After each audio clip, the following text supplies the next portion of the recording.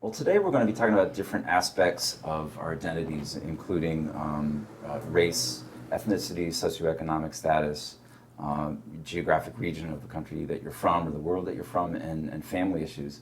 So I'd like to actually, have each of you sort of discuss. We've had some material you've been reading and some audiovisual material you've been looking at.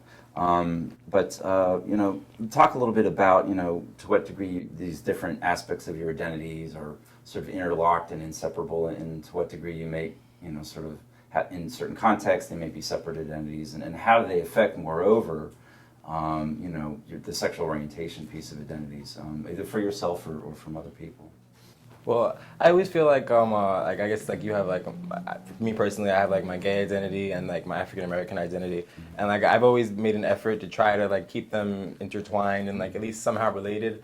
But I feel like I always find myself like it's like I have to force it, and it doesn't feel natural sometimes like to keep them intertwined at all times. So I feel like it's like both of them are competing kind of like to at different points depending on the situation to like like I guess create like that one identity.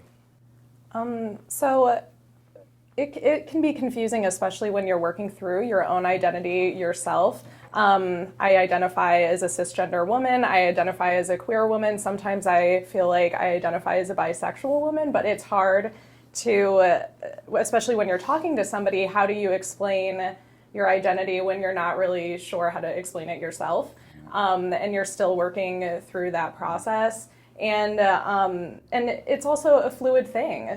Things change over time. Sexuality and even gender identity can change over time and what you identify with. So it's tricky. If you go to an event that's like a women's event or something centered around like women's rights, where do you focus on, where do you chime in with sexuality to make sure that you're being really inclusive of all the people there? And that doesn't always necessarily happen. Thoughts? I guess kind of going off being able to explain it to other people. When I was first kind of going through the idea, identified as gay because I identified as a man and I was attracted to men. And then kind of recognizing that being attracted to men was psychological and physical. And then kind of through this class, kind of challenging the idea that how masculinity is kind of interpreted in the gay community, that there's kind of gay phobia, and then realizing that in some ways I thought of gay as a gender in itself. And people like to say it's feminine, but the way a lot of feminine or gay men perform is not really feminine. It's its own performance. And so for me, when I now start thinking about my gender or sexual identity kind of performance, when I'm in a more gay, kind of queer atmosphere, I definitely notice I kind of pull on my gay identity, both kind of sexual orientation and kind of the gender aspect. Then when I'm in more of kind of a traditional heterosexual or hyper-masculine, when I was younger, I used to like kind of act straight, and now I realize I just pull on masculine attributes, and I'm not acting straight or trying to be something I'm not. I'm just pulling on my male identity in a way that I feel more comfortable in that environment. Yeah. And it's kind of hard to explain those complications as they so sort of like butching up a little, but not necessarily being straight per se in that stricter sense. Sure. Well, what about sort of? I'm interested in the mental health aspects of these different identities. I mean, how particularly developmentally, you mentioned sort of over time things change, and certainly during adolescence and younger people, when they're in the process of finding these identities and figuring them out, and as you said, they can change during adulthood too. But and perhaps think about some of the materials we've read, and as well as some of the video material. We've in the context of Paris is Burning. We've got a very specific sort of young gay male voguing culture in African American men in New York. And Trans Latina was some video material we watched too in Latin America. Different aspects of masculinity and femininity. How do you think this might, and from what we know, affect a developing person, and giving thought, perhaps to stigma and prejudice and developmentally, how that might affect people growing up. I think kind of going off of trans Latina, I thought it was really interesting that one of the way a lot of them would identify as male to female, others would identify as male who collected female things and was dressed very feminine, but if you refer to him as mujer, he's like, that's feminine, I'm a guy.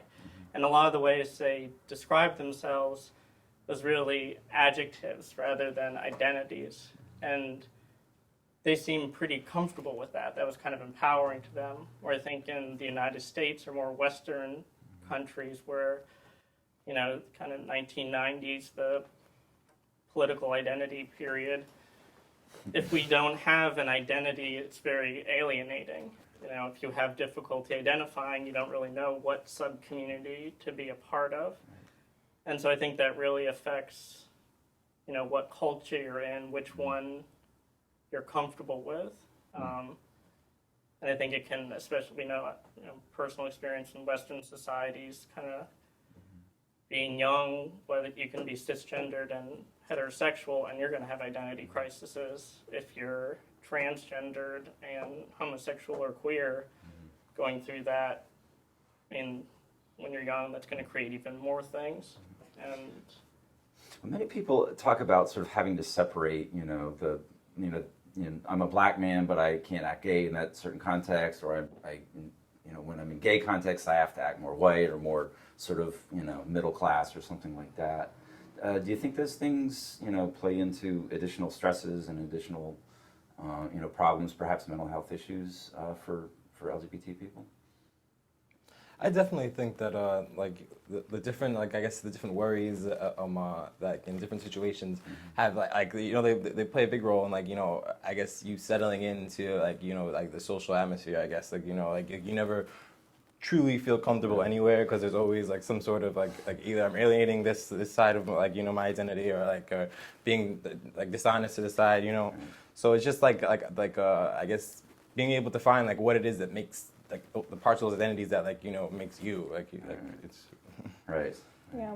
Figuring out when to say something is really difficult, especially in my personal experience. If I'm seeing a man and I say this is my boyfriend, I feel like that other part of me is just invisible. People make the assumption that you're cisgender or you're straight or you're gay and before they even really know you, and it's when do you step in and say something? Is it worth that stress of having to kind of constantly out yourself? But that definitely takes a mental toll. Moving on to another particular topic now. In rural areas, we know that there are issues with making connections to a community, an LGBT community, or one aspect of that community. There are challenges in any environment, but in rural areas, of course, they can be very challenging. And some of the video material we watched sort of, came to that, where you've got very, in small towns where everyone really knows each other and everyone sort of knows everyone else's business, and if news, it takes 5 minutes for a rumor to get all the way through the community. And making a connection, not only to an LGBT community, but, public health or mental health resources. What sorts of, solutions or ideas might you have for perhaps creating either services or a connection to community in rural areas that might help sort of overcome these problems? I think the big thing would be, it's kind of hard in small towns where you might have one primary care doctor or one mental health specialist who are going to be prejudiced to anybody walking in if they have an homophobic or transphobic and they know their patient transgendered wanting to come in and ask about hormones, to really increase access. I think that's difficult, and it's difficult to have them sent somewhere where they get better health care. But in education, such as medical school or any training, adding sexual and gender health into every basic aspects of it. So when primary care in small towns are approached by people, it's not something foreign that they have to add on top of. It's already something they've been exposed to. Like, no, hormone therapy isn't that complicated. They know the risks of suicide for young gay men and whether or not they can support them or not. Capitalizing a little bit, I mean, you know, we live in the internet age, obviously, and we have access to a lot of resources online. And I know your capstone project actually took a sort of an internet-based sort of approach. I don't know, what ways do you think we might sort of capitalize on access to and use the internet to reach out to, you know, sort of rural areas and create senses of community? I mean, do you see potential there or ways that could help? Yeah, that's actually a really interesting idea, because I feel like no matter where you live, you probably have access to a smartphone or the internet or something. And I think we've definitely seen online communities really, whether it be through something like the Trevor Project or accessing young gay youth who are feeling very isolated, like they're the only person that's ever been like them. So I think that if offering mental health services into that is a really great idea, and a way to access people that might feel really isolated. And I think often people are Googling things online. They want to see that there's other people out there. So I think if there were services that were successful and kind of got some traction, that people would be able to find them. All right, thank you.